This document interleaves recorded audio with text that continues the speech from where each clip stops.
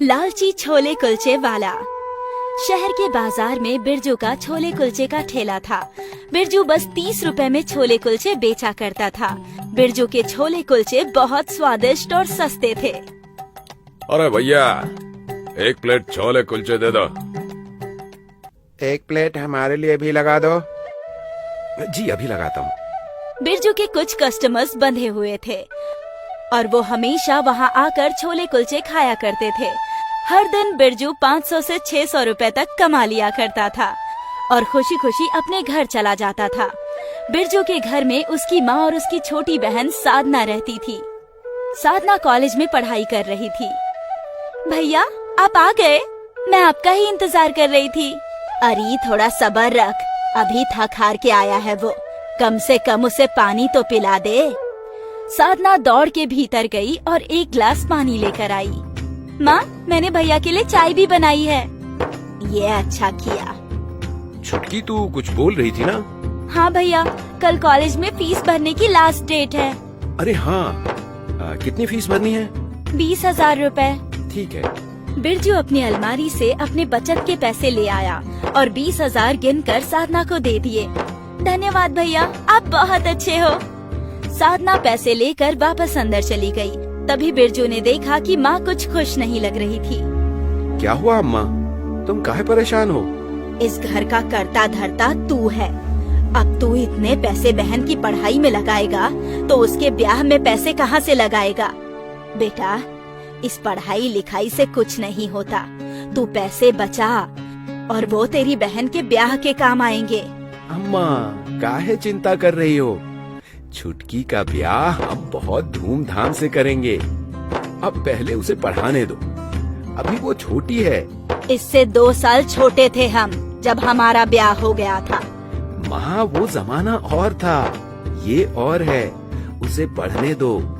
उसकी पढ़ाई पूरी होते ही हम एक अच्छा लड़का ढूंढकर उसका ब्याह कर देंगे।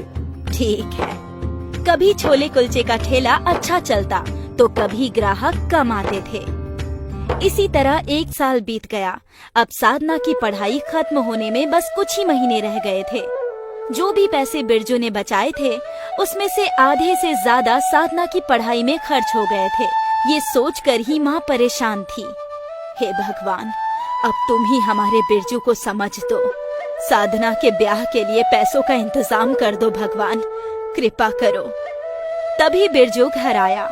बिरजू, हमने एक बहुत ही अच्छा रिश्ता देखा है साधना के लिए। लड़का इंजीनियर है और 20,000 रुपए कमाता है। ये तो बहुत अच्छी बात है अम्मा। आगे की बात बढ़ाने से पहले हमने सोचा कि एक बार तुमसे पूछ लें। अच्छा रिश्ता है तो शादी में खर्चा भी अच्छा ही होगा ना? कोई बात नहीं अम्मा, तुम बात चलाओ, देखते हैं क्या कर सकते हैं। बिरजू जानता था कि उसके पास इतने पैसे नहीं हैं कि वो साधना की शादी धूमधाम से कर सके, पर उसने माँ को ये बात नहीं बताई। अब बिरजू इस सोच से परेशान हो गया था कि वो पैसे कहाँ से लाएगा और इसी बारे में बात करने के लिए वो अपने काका के घर गया। अरे आओ आओ बिरजू, कैसे आना हुआ? अब क्या बताऊं काका, साधना की शादी का सोच रहे हैं। हमारे पास इतने पैसे तो हैं नहीं कि शादी धूमधाम से करें। आप किसी को जानते हैं जो हमें कर्ज दे सके? कर्ज तो तुझे मिल जाएगा बिरजू, पर मेरे पास एक और रास्ता है जिससे तू ज्यादा पैसे इकट्ठे कर सकता है। वो कैसे काका? मेरा परिचित एक सेठ है, वो शादियों का कॉन्ट्रैक्ट लेते हैं। उन्होंने कहा था कि उन्हें छोले कुलचे वाले की जरूरत है। तू कहे तो तेरी बात करवा दूं। नेकी और पूछ-पूछ, अभी बात करवा दीजिए काका, आपका बड़ा एहसान रहेगा। बिरजू के काका उसे शादियों के इवेंट करने वाले के पास ले गए। प्रणाम सेठ जी। अरे आओ आओ। सेठ जी, आपको एक छोले कुलचे वाले की जरूरत थी ना? ये बाजार का मशहूर छोले कुलचे वाला है। इसके छोले कुलचों का स्वाद ही निराला है। अच्छा, मुझे ऐसे ही किसी की तलाश थी। बेटा एक काम करो, कल एक शादी है, तुम वहीं आ जाओ। देखते हैं लोगों को तुम्हारे छोले कुलचे कितने पसंद आते हैं। जी सेठ जी, मैं पहुंच जाऊंगा। अगले दिन बिरजू ने शादी में छोले कुलचे का स्टॉल लगाया और मेहमान छोले कुलचे का स्वाद ले लेकर खा रहे थे। अरे वाह, क्या स्वाद है! ऐसे छोले कुलचे तो कई सालों से नहीं खाए मैंने। पहली शादी में ही बिरजू के छोले कुलचे हिट हो गए और सेठ ने उसे अच्छे खासे पैसे दिए। वाह बिरजू, तेरे हाथ में तो जादू है। ये ले, और 2 दिन बाद बगल वाले गांव में शादी है, समय पर पहुंच जाना। जी बिल्कुल। बिरजू खुश था। वो अपने ठेले पर भी छोले कुलचे बेचता और जिस दिन उसे कॉन्ट्रैक्ट मिलता वो शादियों में बेचता। ऐसे ही 1 महीना निकल गया। एक शादी में अचानक मेहमान बढ़ गए। छोले कुलचे तो बस 100 लोगों के लिए ही बने थे और मेहमान लगभग 200 थे। अब बिरजू परेशान हो गया था। तभी सेठ उसके पास आए। सुन बिरजू, मैं जानता हूँ कि लोग ज्यादा हैं और सामान कम। एक काम कर, पहले से छोटे कुलचे बना और छोले में ज्यादा पानी मिला दे। पर किसी को पता चला तो लोग क्या कहेंगे? किसी को कुछ नहीं पता चलेगा। शादी में लोग बस खाने आते हैं। तू वैसा ही कर जैसा मैं बोल रहा हूँ। बिरजू ने छोले में पानी मिला दिया और छोटे छोटे कुलचे बनाने लगा। मेहमान छोले कुलचे खा रहे थे और किसी को पता नहीं चला कि छोले कुलचे में मिलावट थी। शादी के बाद बिरजू को अपने पैसे मिल गए। अगले दिन बिरजू अपने ठेले पर था। शादी में तो किसी को कुछ पता नहीं चला, तो क्या मैं वही यहाँ भी करूँ? इससे तो मेरा मुनाफा बढ़ जाएगा। वाह! इस सोच के साथ बिरजू ने छोले में पानी मिला दिया और कुलचे भी छोटे छोटे बनाने। 1 प्लेट छोले कुलचे देना। बिरजू ने छोले कुलचे दिए। उस ग्राहक ने खा लिया। लगता है बिरजू, तुम्हारे छोले कुलचे में कुछ ज्यादा ही स्वाद है। पूरी प्लेट खाकर भी मेरा पेट नहीं भरा। एक काम करो, 1 और प्लेट दे दो। बिरजू ने 1 और प्लेट छोले कुलचे दे दिए। इस तरह 1 प्लेट खाने वाला ग्राहक 2-2 प्लेट छोले कुलचे खाने लगा। बिरजू की आमदनी बढ़ गई।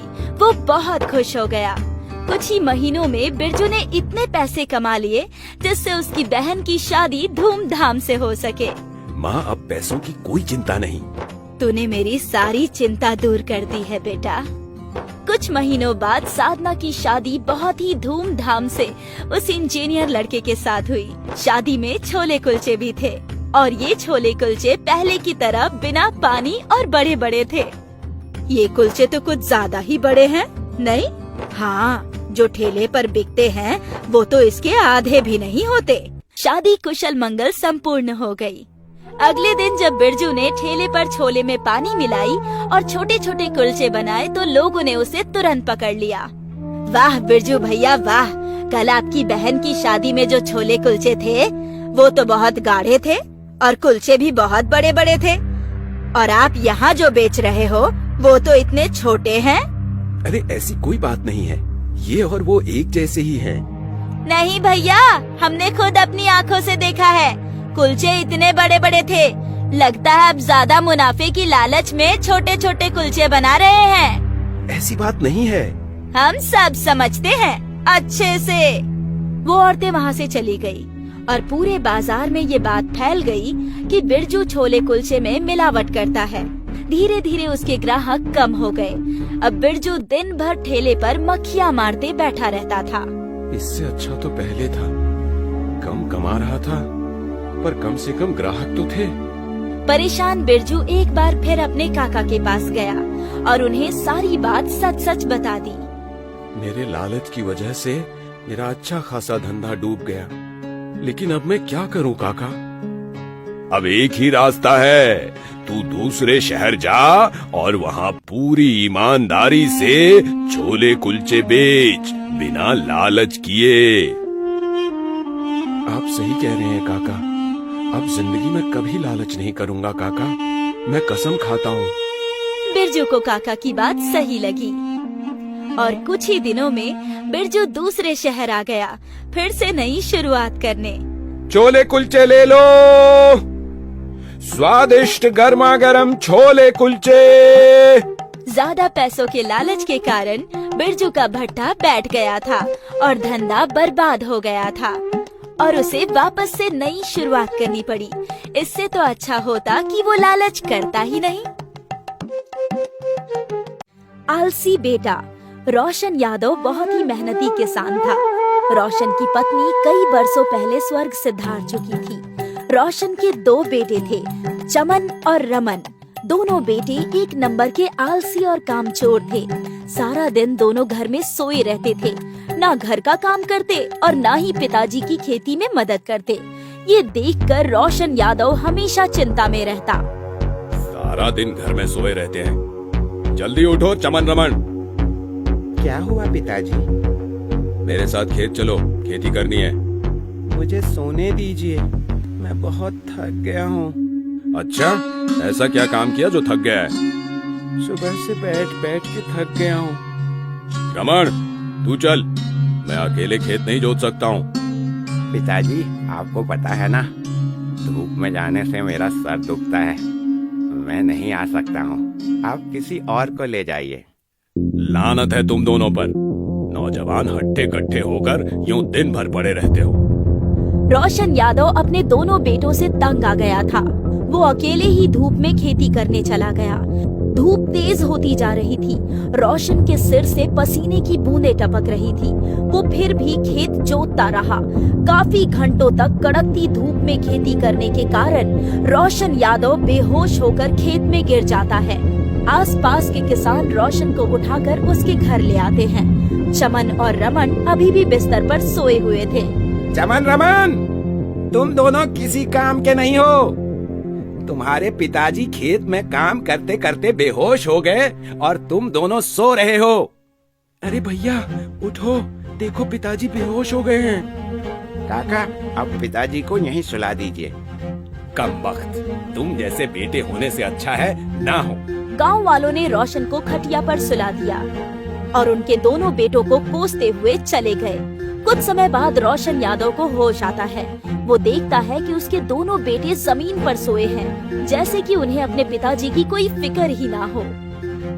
ऐसे बेटे दिए हैं भगवान तुम्हें, इन्हें तो कोई फर्क ही नहीं पड़ता उनका बाप जिए या मरे। अब बस हुआ, जब खुद करना पड़ेगा तब रोटी चावल के भाव समझ में आएंगे। बेहतर ये है कि मैं ये घर छोड़ दूं, ताकि ये लोग खुद कमाना सीख जाएं, ताकि तुम लोग खुद कमाना सीख जाओ। रमन चमन, मेरी बात सुनो। पिताजी आप होश में आ गए? हटिए पलंग से, जमीन पे सोते सोते पीठ अकड़ गई मेरी। हाँ पिताजी, आप जमीन पे सो जाइए। आपको जमीन पर सोने की आदत जो है। मेरी बात सुनो, मैं अब तुम्हारे साथ नहीं रहूंगा। जा रहा हूँ अपने दोस्त के पास, वहीं रहूंगा। आपके साथ हम दोनों भी जा रहे हैं ना? मैं तुम दोनों को पाल रहा हूँ, क्योंकि मैं तुम दोनों का बाप हूँ, वो नहीं। मुझसे जितना हुआ तुम दोनों के लिए मैंने किया। अब मैं कुछ साल आराम करना चाहता हूँ, इसीलिए मैं जा रहा हूँ। पिताजी, फिर हम दोनों कैसे रहेंगे? घर और खेत तुम दोनों के नाम पे कर दिया है, जो चाहे करो। घर में सोते रहो या खेती करो, तुम दोनों की मर्जी। मैं तो जा रहा हूँ। चमन और रमन को लगा शायद उनके पिताजी उन्हें बस डरा रहे थे। उन दोनों ने भी पिताजी की बातों पर कुछ खास ध्यान नहीं दिया। अगली सुबह होते ही रोशन यादव घर से चला जाता है। बिना कुछ कहे दोनों भाई दोपहर के 2 बजे सोकर उठते हैं। बहुत जोरों की भूख लगी है, कुछ खाना दे दो मुझे। पिताजी खाने में क्या है? लगता है पिताजी सच में चले गए हैं? पिताजी शाम तक आ जाएंगे, हमें छोड़कर थोड़ी ना जा सकते हैं। हाँ भैया। दोपहर से रात हो गई, पर रोशन यादव घर वापस नहीं आए। दोनों भाइयों ने जैसे तैसे खाना बनाया और खाकर सो गए।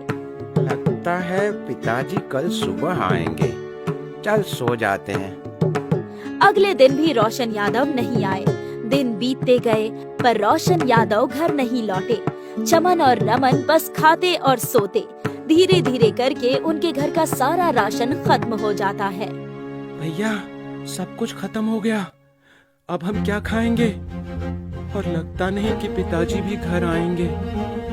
हाँ, हम करें भी तो क्या करें, खेती वेती मेरे बस की नहीं है। गांव में एक बाबा आए हैं जो हर समस्या का हल देते हैं। चलो बाबा को अपनी परेशानी बताते हैं। हाँ चलो, हाँ चलो।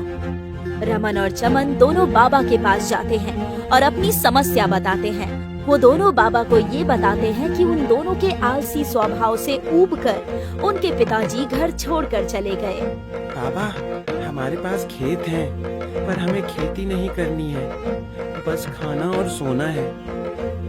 हाँ, ऐसा कोई उपाय बताइए जिससे हमें कुछ करने की जरूरत ही नहीं हो। ये तो बहुत बड़ी समस्या है। एक काम करो, अपने खेत के कागज ले आओ। मेरे पास एक उपाय है। दोनों भाई दौड़ कर जाते हैं और खेतों के कागज लेकर लौटते हैं। तुम दोनों इस कागज पे अपना दस्तखत कर दो। मैं हर महीने तुम्हें कुछ पैसे दे दूंगा। सच्ची? हाँ, अब तुम दोनों को कुछ करने की जरूरत नहीं। बस आराम करो बच्चा, ये दस्तखत कर दो। रमन और चमन ने कागजों पर दस्तखत कर दिए। बाबा ने उन्हें कुछ पैसे दिए। पैसे लेकर दोनों घर लौट आए। अरे वाह, बाबा ने तो हमारी चिंता ही दूर कर दी। हाँ भाई, मैंने बोला था ना। हाँ, अब हम बस खाएंगे और सोएंगे। बिल्कुल, हमें काम करने की कोई जरूरत नहीं।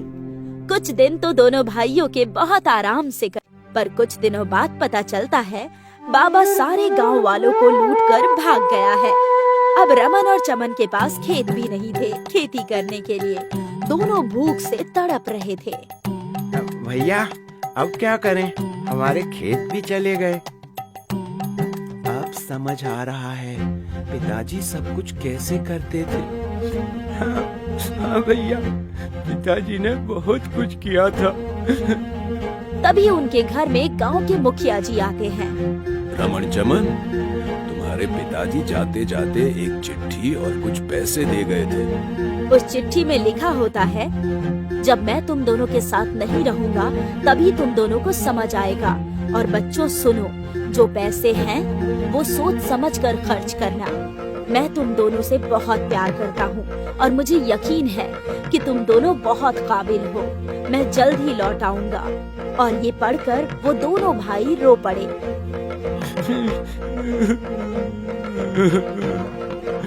हम इन पैसों से खेत खरीदेंगे और खेती करेंगे। हाँ भैया। जो पैसे पिताजी ने दिए थे उनसे दोनों ने एक छोटा सा खेत खरीद लिया और रमन और चमन मिलकर खेती करने लगे और खुद अपनी मेहनत से उगाए अनाज बेचकर उन दोनों ने पैसे कमाए। भैया, इन पैसों का क्या करेंगे?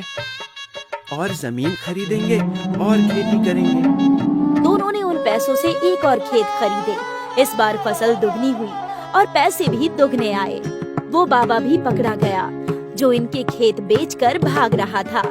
उन्हें अपने पुराने खेत भी वापस मिल गए थे और फिर रमन और चमन ने नया घर भी बना लिया। भैया, सब कुछ होने के बाद भी हम दोनों खुश नहीं हैं। पिताजी की बहुत याद आती है। पिताजी हमारे साथ होते तो बहुत खुश होते। दोनों भाई अपने पिताजी को याद करके रोने लगे। तभी रोशन यादव की आवाज आई। अरे गधों, मैं तुम्हारे पीछे हूँ। मुझे यकीन था तुम दोनों जरूर कुछ न कुछ कर लोगे। पिताजी, आप लौट आए। हमने आपको बहुत याद किया पिताजी। मुझे भरोसा था तुम दोनों पर और तुम दोनों ने मेरा भरोसा टूटने नहीं दिया। देखो, मैं तुम्हें क्या छोड़कर गया था और अब तुम क्या हो। मुझे तुम दोनों पर गर्व है। पिताजी, अब हमें छोड़कर मत जाना। बिल्कुल नहीं, अब मेरे खाने और सोने के दिन हैं और तुम दोनों के काम करने के। एक बार फिर रोशन यादव का परिवार जुड़ गया। वो लोग एक साथ बहुत खुश थे और रोशन यादव के आलसी बेटे अब काबिल बन चुके थे। अंत भला तो सब भला।